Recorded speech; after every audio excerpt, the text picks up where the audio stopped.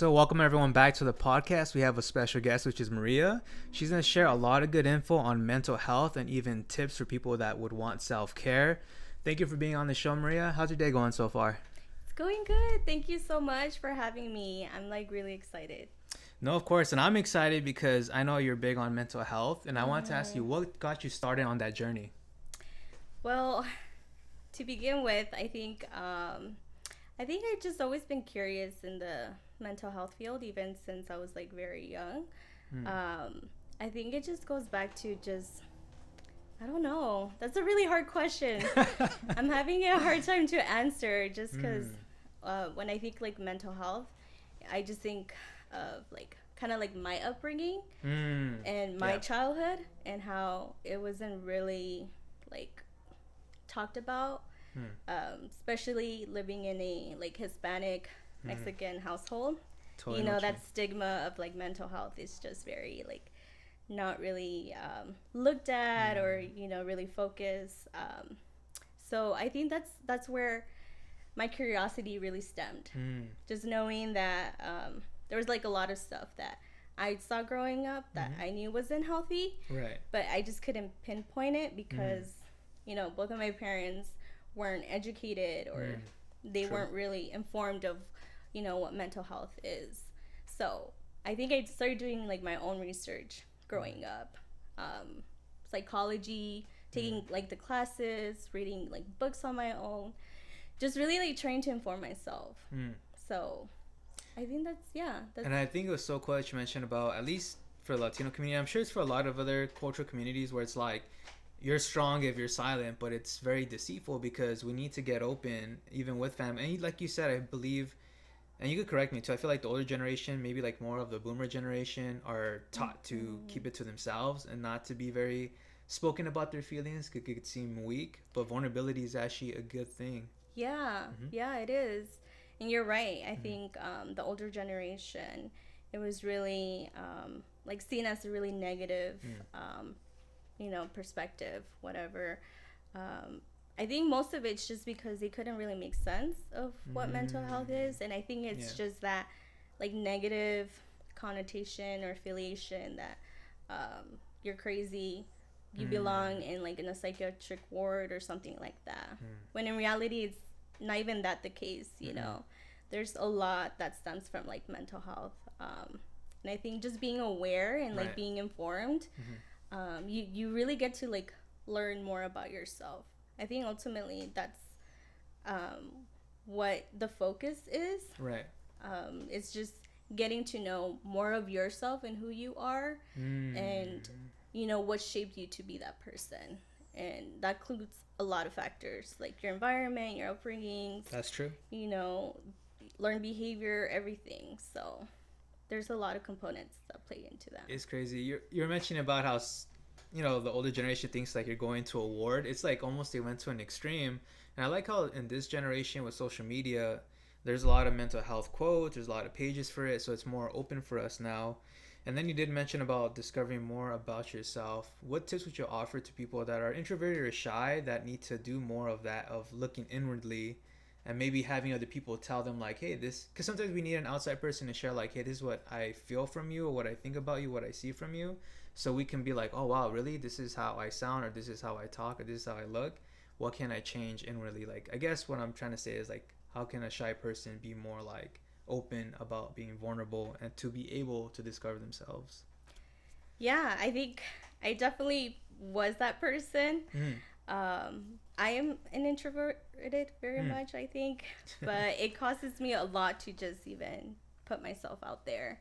But I think that's where it starts, like really just seeking those people, surrounding yourself with those who are willing to want to know more about themselves and be more informed of that area like mental health. So I think that was for me, just trying to share as much as I could, or just even seek people who I thought had been already dealing or like were working on themselves. I think that's what drawn me to those people. And it's hard. I think overall it's like an uncomfortable thing, but I think it helps you to really get to discover more about yourself and like learn more of yourself in that sense. That's very cool. And I feel like because of your background as an introvert and your upbringing, you decided to make this a career path. And I know currently you are you correct me, a IC, was it an IC case manager? Or like, Yeah, well, okay, the abbreviation is ICMS, which stands for there we go. Intensive Case Management Services Case Manager. So, Mm-hmm. Are you able to give the audience context of what you do and like what you have to kind of like deal with, if that's okay? yeah, of course. So it's like a case manager. Case manager typically provides like services like resources, linking them to like outside resources or things like that, um, or even just connecting them to counselors or therapy, just really being involved in that person's or your client's life and being their advocate. So, as an ICMS case manager, the focus is more on the homeless population, which is where I'm working with, or the population I work with. Yeah. And a lot of them are coming, in homeless, but they're being housed. So I just provide, services and linking them to like mental health and just kind of helping them adjust to this new life that they're starting, because they're coming from the streets to now being housed and readjusted and be integrated back into society. So I think the transition itself is really hard. Yeah. And on top of that, there's like mental health and substance abuse that they're dealing with. So it's just a mix of a lot of mental health, human behavior, which I find interesting. I'm like really drawn into human behavior, like what shapes us and why we are, the way we are, and everything that just plays, part of our life. So for me, my need, or like what I like to do, is just being able to be there for them, advocate for them, and just kind of be a voice for them. That's dope, because I was just thinking, I was doing research on your position. I was just thinking of the workload that sometimes you guys have to do. Maybe you could correct me, but I read like it was like at least up to 21 clients. Oh yeah, I have 22. How do you wow. Yeah. One more. How do you handle that? Like, how do you manage it? It's really hard, to be honest. I feel like people who work in the social services area don't get enough credit. There's always a saying like overworked and underpaid. So like you really have to love what you're doing in order to get in this field, because most of the time, you don't really, get paid as well. But I think it's just, if the heart's in it. In my case, like it is. I like helping other people. I like being able to serve, other people, and just really loving them. Just trying to give them, unconditional love. At the end of the day, we're all human. We all, deserve to be loved. So, it's hard overall dealing with the workload, the paperwork too. It's pretty intense. Me and my case, or my coworker, we struggle a lot with just trying to submit like our paperwork, because it's always due at the end of the month and things come up throughout the day. So sometimes we have to just dedicate a whole day with just like doing the paperwork. But it's like every interaction that we have with someone, we have to make a note for it. So it's really tedious, and a lot of documentation, right? Yes, to support yourself. A lot of documenting. If it weren't for that, I think my focus would be just in, working with people or, our clients. And the industry that you're in, do you feel like that is your calling, or do you feel like you're going somewhere else, or would you want to go to a different industry instead of where you're at currently with the, serving the homeless and then helping them transition? Yeah, I think this is definitely a learning experience for me. I want to be able to work with as many different population as I can. So I've done like teens, I've done family, I've done like elderly and the homeless. That is so cool. So I'm just trying to gain as much information and just like get to work with as many background and populations that I can. My focus is mental health. I don't know if it's homeless, so to say. Right. But it's definitely, kind of bringing awareness and helping others, just kind of be aware of their own like mental health state as well. And, Mm. kind of removing that stigma too, because Yeah. I think it's hard for everyone alone to deal with it. But Mm. I guess I just want others to be more informed and bring the awareness as well and educate, Mm. especially, like the Latino community and stuff Right. like that. But I think it's just more like it's okay that, we have our struggles, Right. you know.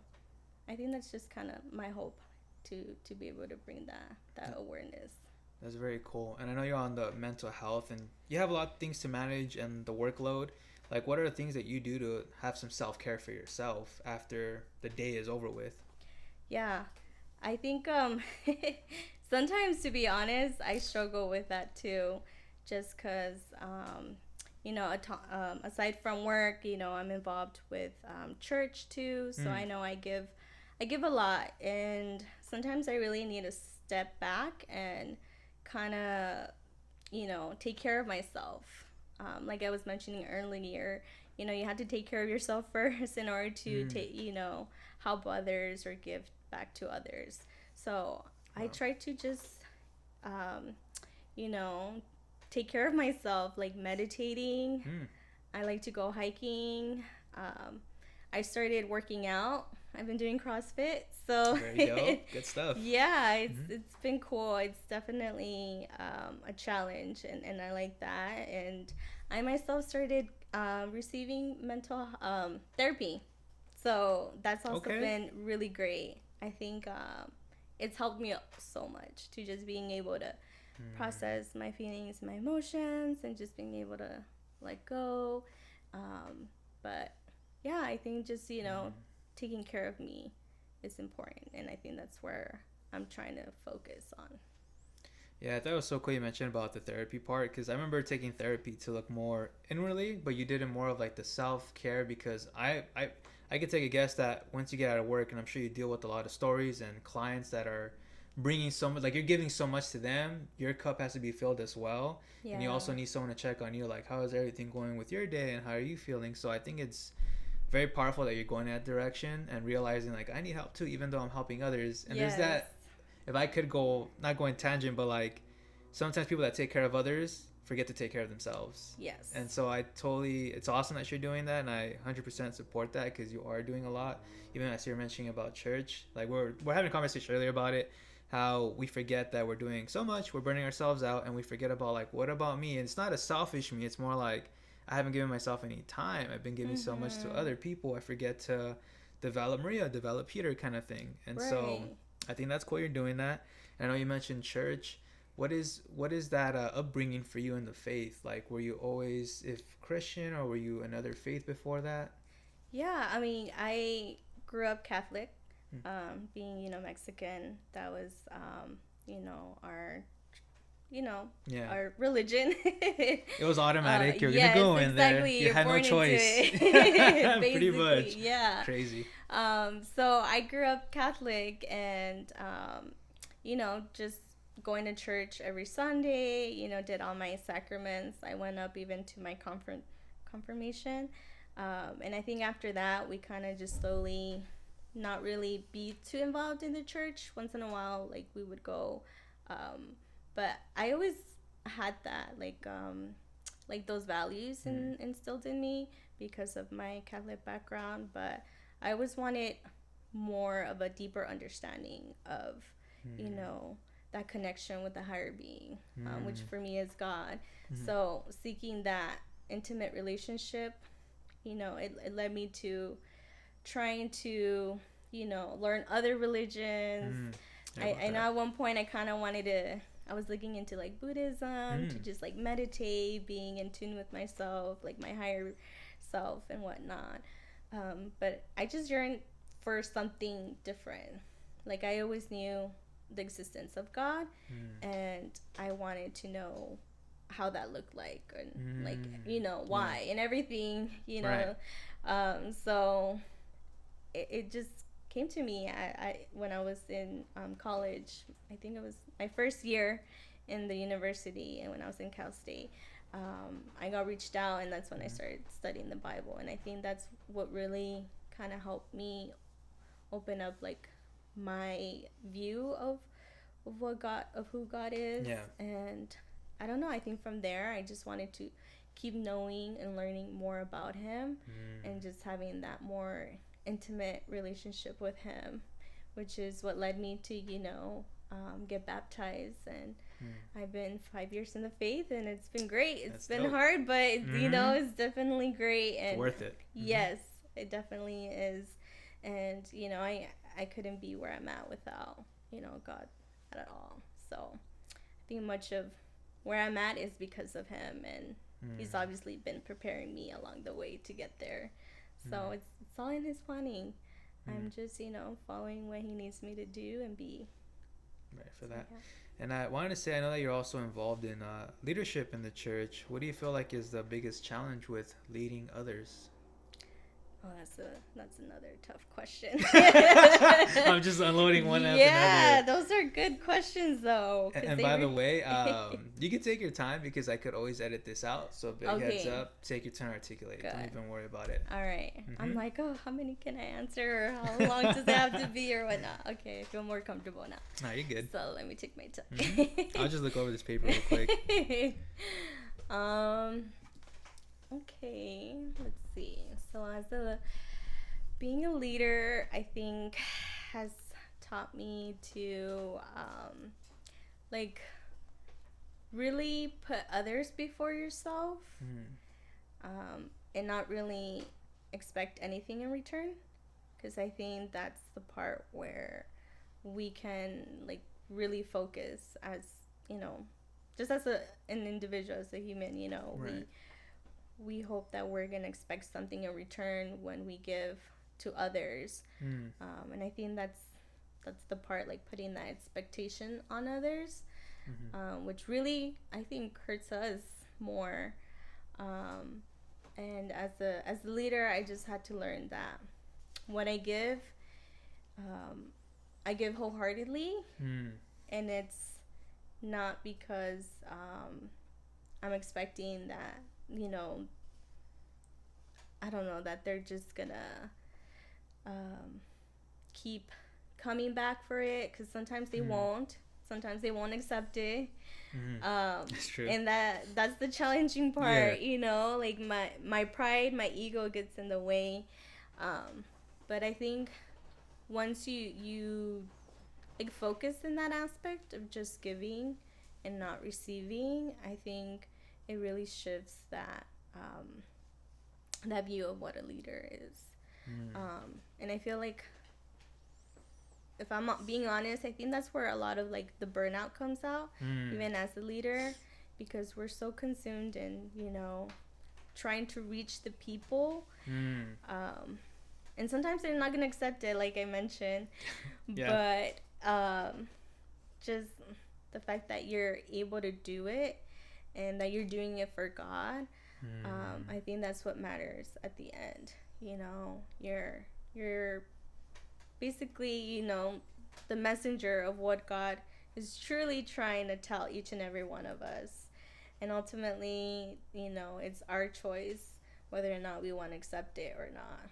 And I hope that makes sense. It made a lot of sense. And I have another question. Hopefully it's not a loaded one. I know I've been asking a lot of that, but what led to your They're good We're already questions. here. Yeah. And what led to your decision to be a leader? I think at first, if I'm being honest, others really put that on me. They're like, you'd be a great leader, like you're capable. I'm like, I am. And I remember even in campus, right? Like that's when they start training you. Yeah. You take those leadership classes, and I think deep down I've always wanted to be a leader. Just I think the my perspective of what a leader looks like was different. Like I thought, a leader would be someone who is assertive, firm, who's always, Crazy. driven, always has the right words to say. Just, how a lot of people put that image of what a leader should be. Right. And, I think there's so many different type of leaders. It doesn't necessarily have to be a certain way that a leader has to look like. So I think that it was hard for me to kind of fill that leader position, but with time I started seeing like the type of leader that I am, which is more patient, more understanding, um, one that wants to just be there for others, and being there as someone that they can rely or that they can turn to. And I noticed that those deeper relationships are the ones that most people seek and yearn and crave for. So if you can do that, then I think that anyone really can be a leader. I hear you on that. And it was so cool to hear how, for the people that are listening, like, we have our own interpretation of what a leader is. And I'm just gonna be a nerd for a quick minute just to say it. Is like, for me, I would think right away, right off the bat, is like Captain America or something, right? He's strong, he's tall, handsome, has all these outside qualities, maybe some inside qualities, but that doesn't necessarily mean that's what a leader is supposed to look like or what we think. Right. There's, like you were saying, like, that was just a good gem that Maria dropped. Is like, we all are a leader in our own way. It's just developing in it, and it's not always what it seems. And I just think of the scripture, 1 Samuel 16:7. For God did not look at the appearance, but within the heart. And at the end of the day, it's with a person's heart that is gonna lead. And so, thank you for bringing that up. That was really awesome, and that made me think, like, wow, I used to think a leader had to be exact, perfect words or have the charisma, Right. but that's not the case at all. It's sometimes just owning yourself and then being giving to other people. So, exactly. good stuff. And I wanted to say, what tips would you give to introverts that find a difficult time to lead other people, since were in that position? I think it really comes from within yourself. We think of confidence, of like being driven, or being able to talk or be assertive and whatnot. And I think it starts with believing in yourself first, knowing that you're capable of doing it. I think that's the hardest thing, the hardest hurdle, honestly, to overcome. Because if we don't believe it, then I don't think we're able to actually do that. And I know it takes a lot, and it's a lot of courage to even admit that to yourself, that you're capable, you are you're able to do this. So really believe in yourself and just be kinder to yourself. And I think it starts with you. That really resonated with me, and I know I've heard it sometimes too, like, it could be a cliche saying believe in yourself, but really it's about believing in yourself. And you're right, we have to take that step. And even though we will make mistakes when we start out as leaders, that's how we learn, that's how we get better. And I wanted to ask you, what are some personal challenges that you're currently facing, having to balance everything in your life right now? Because you're doing a lot. You're like Superwoman, doing your full-time job, career, leading the church, and I'm sure you're also doing the self-care. Like, how do you overcome that challenge of balance? Yeah, I think a lot of it's just being self-aware about it, that I am taking on, or like my plate is really full. So sometimes choosing what are gonna be my priorities from one day to another, and being able to choose those. And it's okay that I don't have to do everything. Whatever I can, I'm gonna focus on that. Because once you start analyzing, like, oh, I can't do all of this, then I think we start, we fall into that loophole of like, oh, I can't do it, then I might as well not do it at all. Or That's true. we start putting ourselves down. And I think that's a very unhealthy path to go to. So just focusing on what you can do at the moment, and not beating yourself up for it.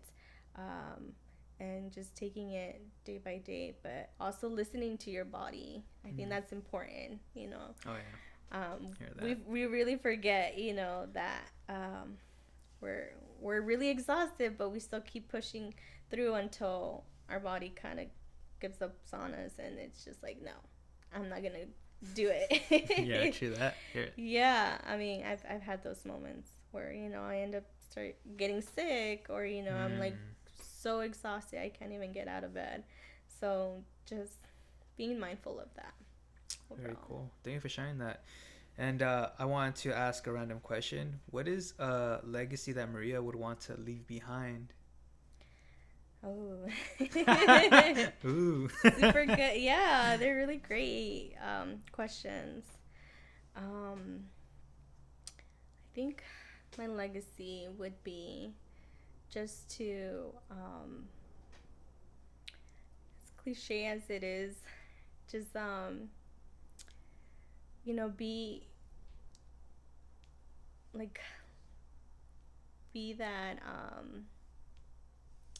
kind and, you know, I guess what I think, what Mm, comes to mind when I think about like legacy, it's just like, you know how people say like, oh, you know, people are going through things that you may not see. So mm-hmm. if a, you know, a kind stranger can be nice to someone, or you know, Mm-hmm. I'm having a difficult time putting that into words. It's like in my mind, but I just it's not coming out. Yeah.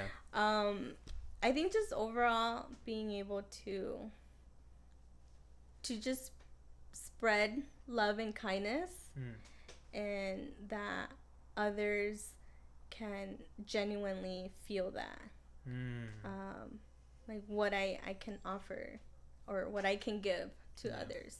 And I think and like I mentioned earlier, giving and not expecting to receive back. Mm. So That's cool. No strings attached. I like that. yeah, and I think it's just, I feel like that's the example, you know, Jesus gave to us, Mm, and I just want to be that example. mm. Very cool. And I usually like to ask the guests this question as it's wrapping up is COVID-19 was a crazy year for everybody. And we were talking about earlier about just all the challenges we had to do in the new normal. Mm-hmm. What do you feel, Maria, is the biggest lesson you've learned from COVID-19? And it could be in general. It could encompass anything. I mean, honestly, we hear it so often, and it's just like, don't take life for granted. Mm.